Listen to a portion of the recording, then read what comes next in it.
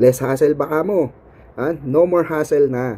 Dahil pinabilis na at hindi ka napipila dahil hello na tayo sa makabagong digital ni PBBM na pinabilis ang pagkuha ng mga dokumento gamit ang e-certificate service. Yan ang bagong good news natin dito sa bagong Pilipinas. Kaya naman, magpasalamat tayo dahil meron totoong trabaho, meron totoong gumagampan ng kanyang trabaho para sa sambayan ng Pilipino.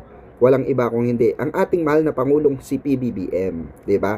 Kaya thank you at magpasalamat tayo sa ating mahal na Pangulo dahil alam niya yung totoong serbisyo para sa publiko.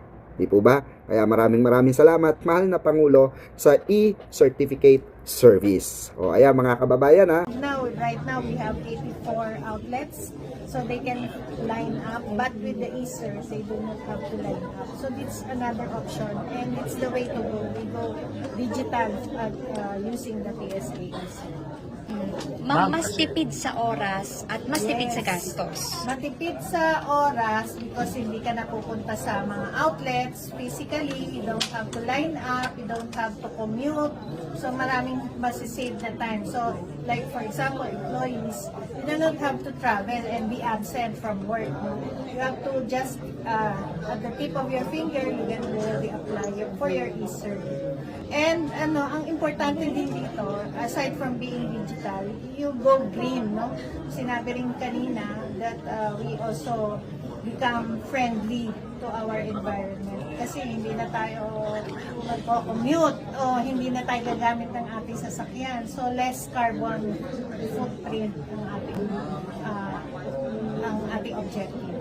Ma'am, can you give us a use case example? Halimbawa, pag nag-a-apply ng trabaho, pag nag-enroll sa school, ano mga use case examples natin? That's our objective now. We want the institutions to also avail of the e-cert, but we have to come up with institutional arrangements. Like now, at present, we already have the AFP, they avail of the e-certificate already. So, nagbe-verify na nila yon because this certificate, secured yan. Secured. So, we are banking on, we have the PIA, yung Privacy Impact Assessment. We also have the Vulnerability Assessment. Nag-undergo lahat yan. And then, of course, yung liveness check. So, yun, parang credibility yun and trust na binibigay ng ating service. Tuloy-tuloy na nga ang digital era sa mga tanggapan ng pamahalaan. Ito po ay matapos ibida ng Philippines